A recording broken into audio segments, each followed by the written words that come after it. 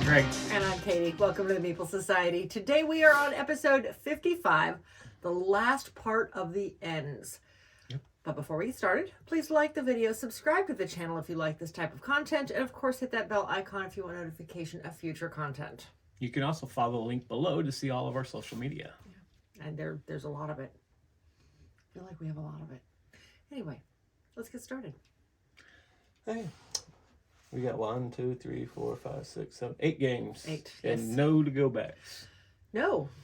That'll be later. Yeah. So we're going to start off with a little bitty guy called Ninja Camp. This was an interesting one. We've played this a few times now. 2-player and 4-player. I definitely liked it better at 4. It was a very fast game at 4 players, actually. All right, so the idea with this one is everybody has their little ninjas. You have these little ninja guys that are spread throughout the board. And you have all these cards that are laid out in a giant grid, depending on the number of players. I think it's like 7 by 8 grid. It's a pretty large grid. It's not a small table presence by any means. So you have all these different cards that are laid out, and each one does something different.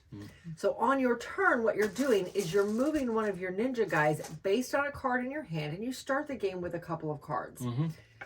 You're moving them around this grid based on the card that was played. Let's grab the red one because he'll show up on camera better than the black one. And so for instance, if I played... And I'm right here. I played Leap 3, move in a straight line over one or more empty spaces. Well, say this was empty. Well, that can't be a wall. That doesn't work. So maybe that was my setup. And I can move in a straight line over one or more empty spaces. You can only move over empty spaces. So this wouldn't even work because I've got no empty space next to me. But if it were like this, then I could go here. And whatever card I just left, I take that card into my hand. And now I have that card to use for a later round. So you're moving around the board, leaping from card to card, or moving. You can't move through walls. If you get pushed into a trap, because you can push other people into other cards. If you get pushed into a trap, you have to take that card as soon as you vacate it. And that card becomes a permanent -1 in your hand. So you continue this way until there are no legal moves, till there is no way to move any of your ninjas legally with what's in your hand. And then you count up points on the top of the card. Simple as that. Very simple game. It was actually a lot of fun the last time we played it with. We played with 4 players. So it made a big difference, I think, in the game. This sits in the other collection. Actually, no, this one has sat in our collection for a really long time. So we're going to move it over to the travel collection, and hopefully it will see some love there. I think it's a fun game. It just never comes off the shelf with us. Nope. So yeah, that is Ninja Camp. Nope. Next we have Nowhere to Go. I have been intrigued about this game since the day I brought it home, and we finally got it to the table. Because, it's an end. This is your board. That's it. Each person, it's a 2-player game. Each player plays one of, if I can get it out of the bag. 2 different colored spies. There's 2 different colored spies. Now, here's my only complaint. They're the same color. Their shirts are different color. Okay, this is not as easy as I hoped it would be. One is green. And one is brown. I don't know if you can see that in the pictures. You'll show a picture. Yeah, I'll show you a picture. So when the game starts, each player, I should say, starts on one end of the board, on these little raised areas here. And then you get so many, and I don't remember right offhand how many. Is it 5 or 6, something like that? About 5. To place out these roadblocks around the board. And each player does this. The only rule is you can't trap your opponent in their home base. It's the only rule. Or you can't put it on any of the 3 near the home base, is the big deal. So, but you can't trap them in there. On your turn, you can move any distance you want. You move as far as you want, and then you put out one roadblock someplace. And the idea is that you're trying to trap the other character into an area where they can't move. Yep. We played this twice. The first one, you trapped me almost instantly. Yeah, it was like the second turn I trapped you. I don't know how I fell into that trap. Second one lasted a lot longer, and there were a lot of blocks on the board because they don't come off. You just keep adding them, but you continue trying to push your opponent into one direction until they can't go anywhere. That's basically how the game plays. I really enjoyed it. It was a very strategic 2-player game. You liked getting your butt kicked. I apparently I did. Because yeah, I really enjoyed this one. This one sits in the other collection. We are going to hold on to it. I just think it is a very unique strategy game for 2 players, and I do like those kind of games. So that is Nowhere to Go. It is, put the rules back in. It is going to stay in our collection. Or, well, in the travel collection. In the other collection. There we go. Next we have a game called No Dice. This was another very strategic 2-player game. This was odd. This one was different. All right, so here's your board. This is all there is to your board. And each player has these, I mean, honestly, beautiful little pieces. I really like these pieces. But each player has 3 pieces, and then you have a spare on the edge, because you could bring that player in as kind of a, oh, is it that way? Okay. I think so. Yeah, I think you're right. So on your turn, you are moving one of your pieces based on his current location. So for example, and I don't know if you can see this real well, there are lines. Each of the dots are set up in a grid. You're following the line. The goal is to get off the board on your opponent's side. Simple as that. You can jump over your opponent. You just pretend they're not even there. The space doesn't count if one of your opponents is there. Your movement is based on the number of lines that go through the dot that you're on. So like this base movement is 1, 2, 3. I mean 1, 2, 2, and 3, and 3, 2, 2, 1. However, if there is somebody else on your space, on your same line area, then you double that number. So for example, if I were right here, then Greg could move this guy 6 spaces all the way around. That's important because these red dots are traps. You can't land on them, or you have to go back to the beginning. So you want to have enough movement to get past that trap. And it's not like somebody's going to sit there and you can just jump over them, because the minute they land there, they go back to the beginning. Hi, baby. So I thought it was a very interesting strategy game. Yeah. I really did. It's just getting around those traps. Getting around those traps are hard. And sometimes you have to bring in your 4th guy, or you have to sacrifice a guy just to help this person get over the trap. Right. So it was very interesting. I liked it. It's very abstract. Very but very strategic. Yes. It's so basic looking, so basic to play. Yeah. And easy to learn, but there's a lot of strategy. There's more strategy in it than you think there would be. Yes. Oh my gosh, yes there is. Being able to multiply the lines based on other people. And wasn't it if there was 2 of them in that row, now you're moving 3 times? I think so, yeah. Yeah. I think so.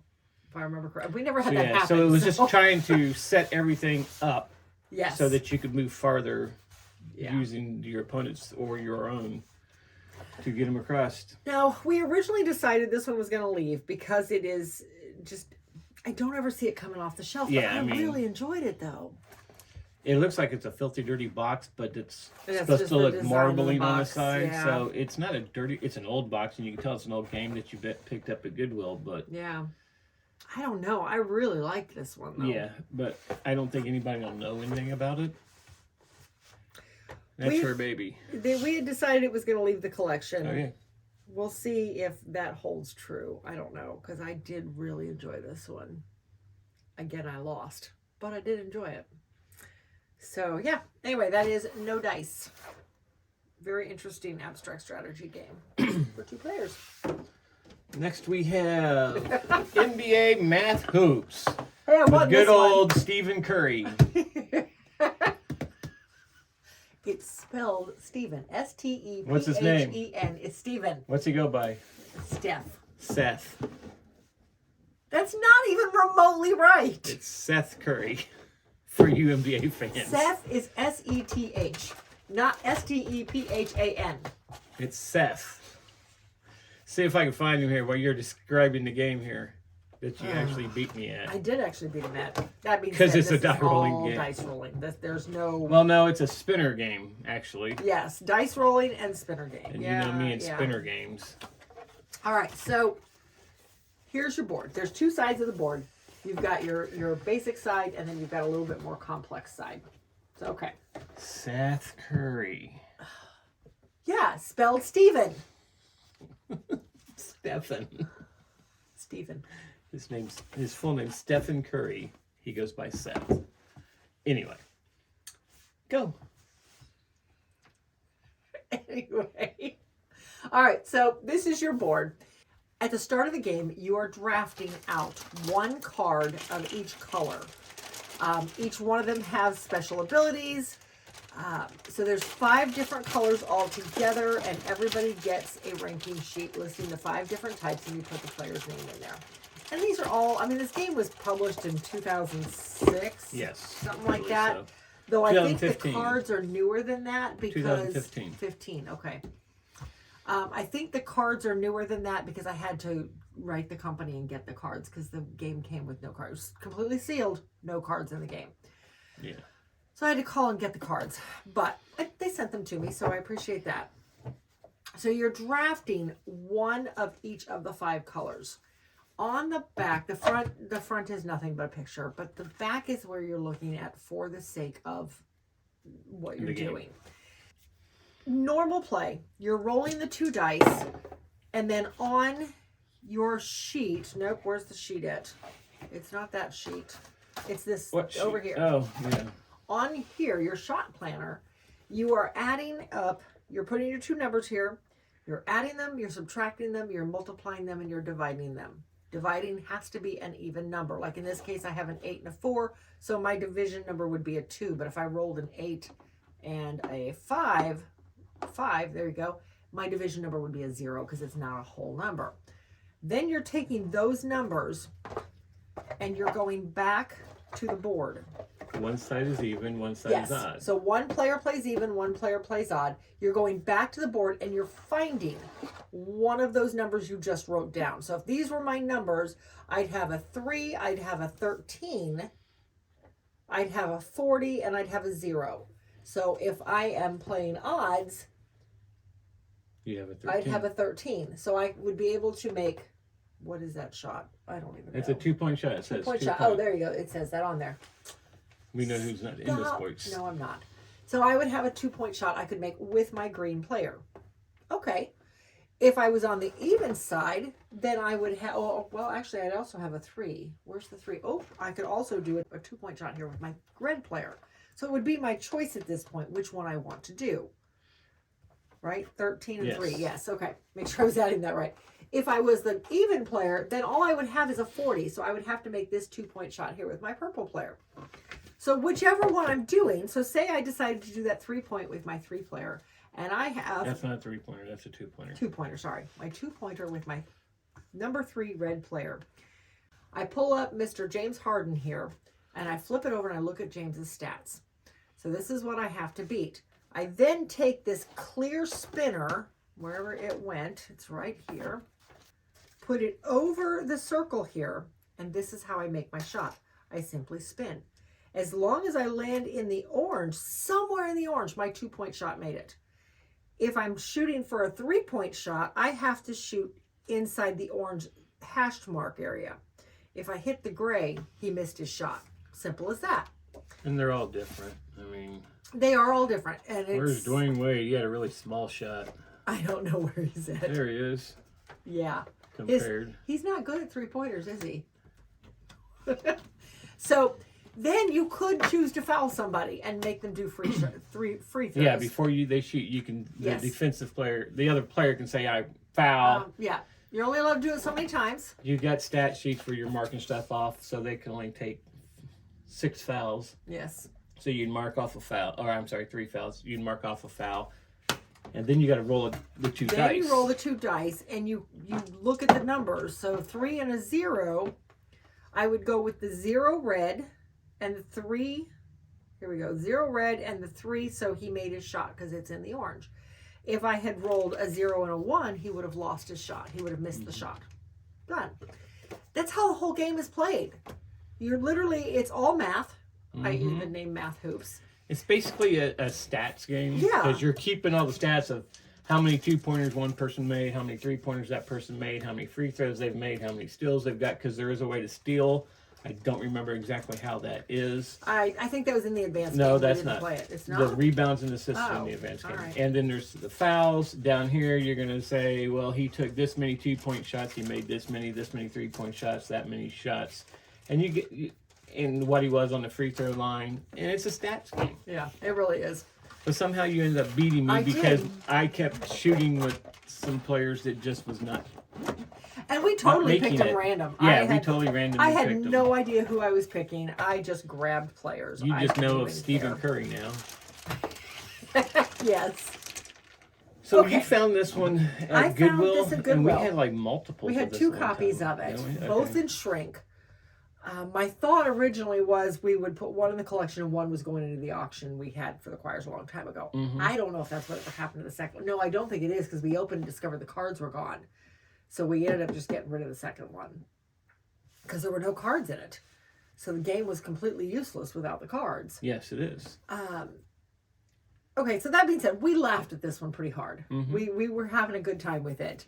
Our initial thought was to get rid of it. Yeah, and I think that is still the thought. Okay. I think it's. I just don't see it coming off the shelf, and we got to make. Yeah, room. because even if it's a kid, they're going to learn NBA math hoops. I don't want to do schoolwork. Yeah.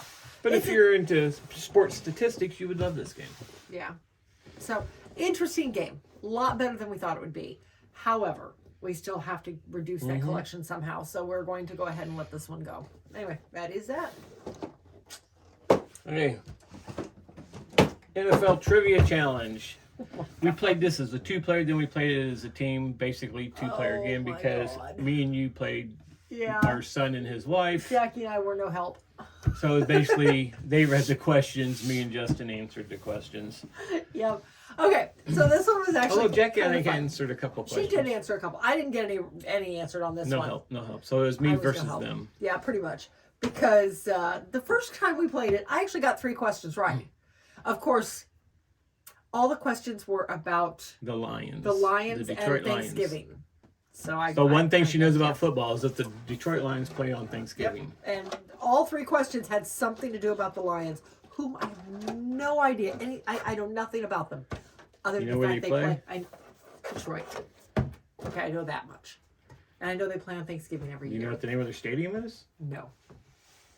Ford Field. Okay. That makes sense coming from Detroit. Yeah, it does, doesn't it?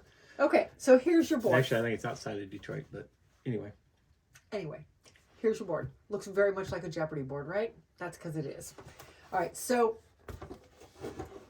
each time, okay, well, first of all, the board is covered with these blue squares.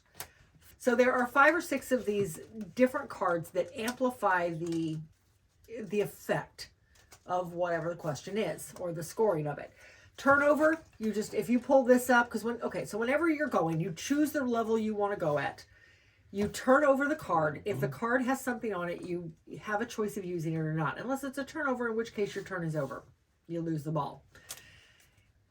Replay the down. You can choose to use this card or you can save it. You have to choose so before the question's read. But if you get the question wrong, you get a second option. You get to guess again. Most of these are multiple choice. Most of the questions are multiple choice. Hail Mary is... There's some fact and fiction. There's some fact and fiction, True or false, yeah. fact or fiction. Hail Mary was you doubled your score or tripled your score. Yes, you doubled the score that if you was got on the it board. right, and then it was gone. So there's different ones in here. There's not very many of them. Most of them you're going to pull up are just going to be blank, and you just move on. So then you pull out this giant box of cards, and it's divided. There's dividers in here. It's divided into the 5 colors for offense, defense, audibles, teams, and honors. And then you read the question. You read one of the questions on there, but you read based on the dollar amount they chose. So the point amount. The point amount, sorry, thank you. So if we choose teams 400. Teams 400 in 2002, running back James Stewart led what NFL team in rushing? The Lions, the Packers, the Broncos, or the Browns? James Stewart. James Stewart. 2002. Oh, geez, I wasn't watching a lot of football then. We had kids. The Lions, the Broncos, the Falcons. No, the Lions, the Packers, the Broncos, or the Browns. The Browns? Maybe? You know what's funny is I would have gotten this right because I would have guessed the Lions. You would have guessed the Lions, yeah. That would have been right. I was saying, in the early 2000s, I didn't watch a lot of football because we were raising young kids at that time. We had 2 young children at the time, yeah. All right, so that's basically how the game plays. The first couple of rounds, you basically are going question for question. After that, you keep going after the second round until you keep going. It keeps any one team from getting shut out, which I appreciate. And you can win if you get like 5 in a column, 5 in a row, or 5 diagonally, right. Or you can play to a certain amount of points. Yes. So it was fun. We had a good time with it. I think, what? You had a good time like going, I have no idea. I have no idea. I did. I have no idea. I was happy the questions I did get right. They were all, it was, so anyway, I told you this was up to you whether we kept this one or not. However, we do not have any other sports trivia games. This is very specific and very old, though. So this was up to you. We can hold on to it. Okay. So anyway, that is Gridiron Travel Challenge. NFL's Gridiron Trivia Challenge. Who can't read now? I apparently cannot read upside down because I was looking at this and I saw the word travel. Anyway. Okay. Next we have NFL Rush Zone. It was rough. This is, I love the whole, all the components in this game. I love the board. It's so cool. The board is really cool. You can change out the end zones for the teams you want to play. Wait a minute, did I see what I thought I said? Oh no, it was the Packers Bears in the back end. We played the Packers and the Colts because it has, there we go.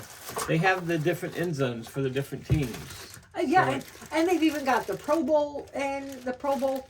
AFC versus There's NFC. a whole bunch of different ones in there you could use. So you can change out those. They have this little football that is the marker. It goes up and down the field. It's like this, and you can put whatever teams are playing in there. So you got the Cardinals versus the Chiefs. So one side's the Cardinals, the other side will be the Chiefs. This thing opens up and they slide in. I'm not going to do that. Nope. You got your field goal markers and your end zone markers, which are going to hold the whatever end zone you're going to use. Yep. You got these to go by. They're supposed to be the dice blockers. So you can roll your dice against it so they don't go all over the board. So what you do is you're rolling, you got 3 white dice and a green dice. You roll your 3, each team rolls their 3 white dice, and whoever has the most wins that down. So if you're on offense and you win, you have the higher die roll, you move 10 yards. If you roll doubles and you're on offense, you're going to move 20 yards.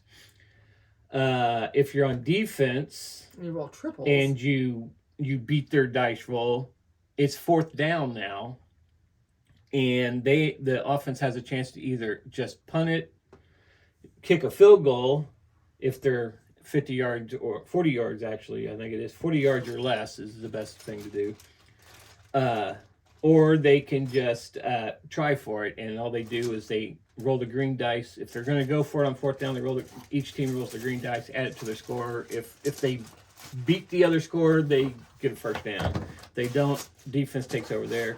To kick a field goal, you use the green dice, and whatever number it is comes up. That's how far the ball went. And so if you're on the 30, you need a 4 or better to kick the field goal.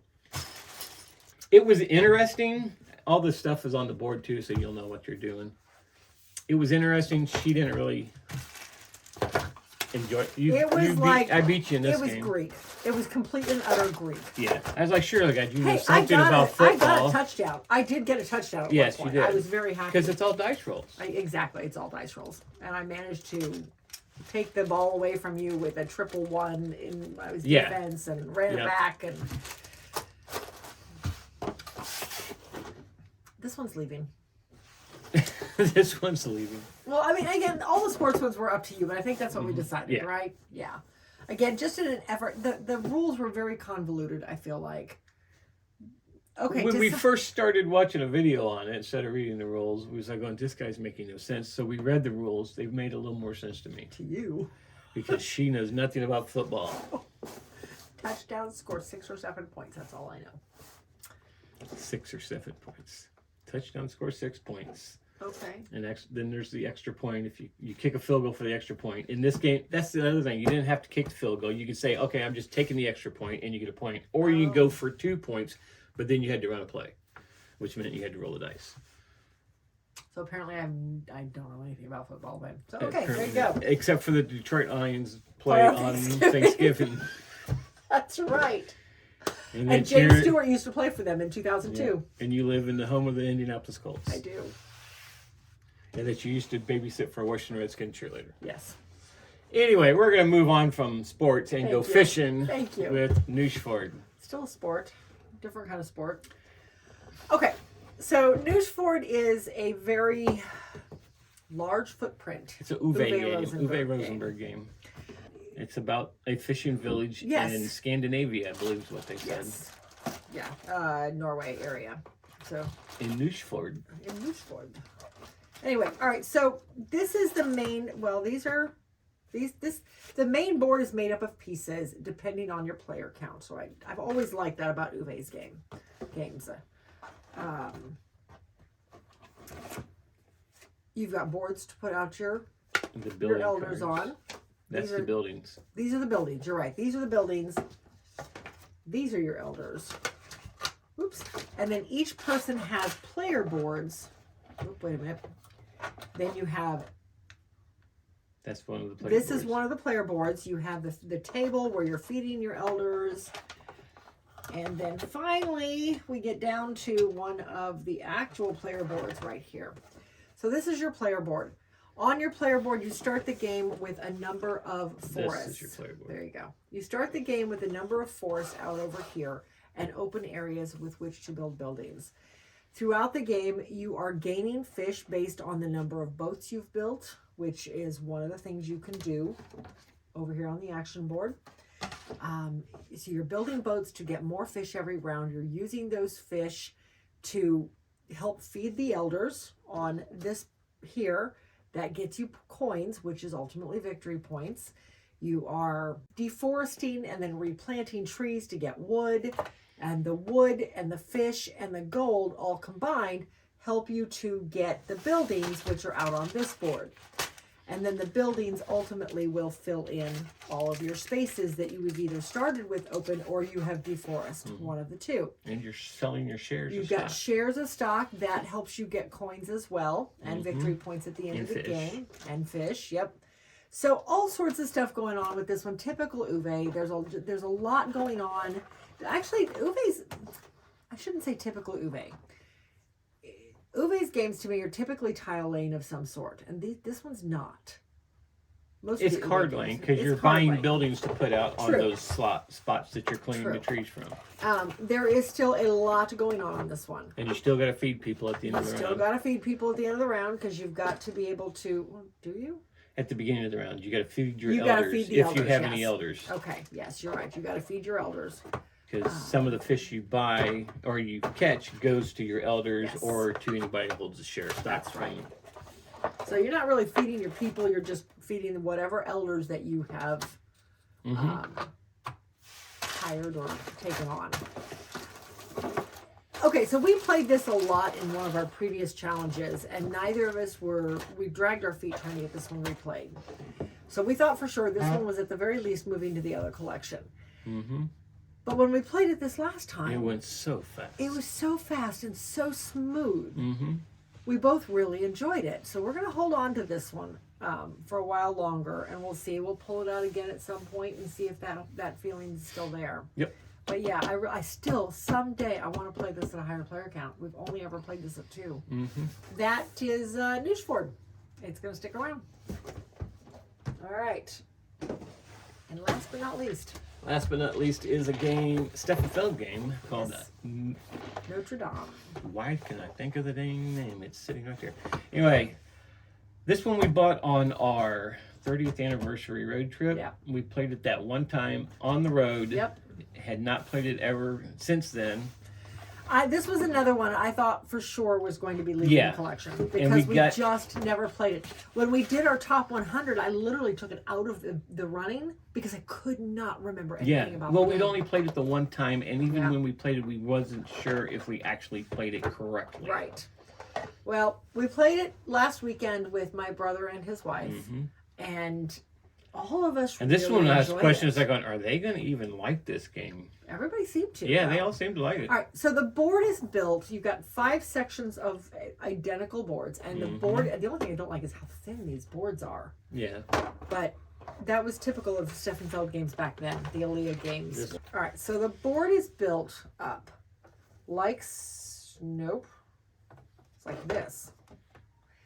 You put them together. I'll show a picture. You put them around the square. Yes. Where the table's at. Well, and that's just it. This is different depending on the number how of many players you play. Yeah. That's 2 or 4.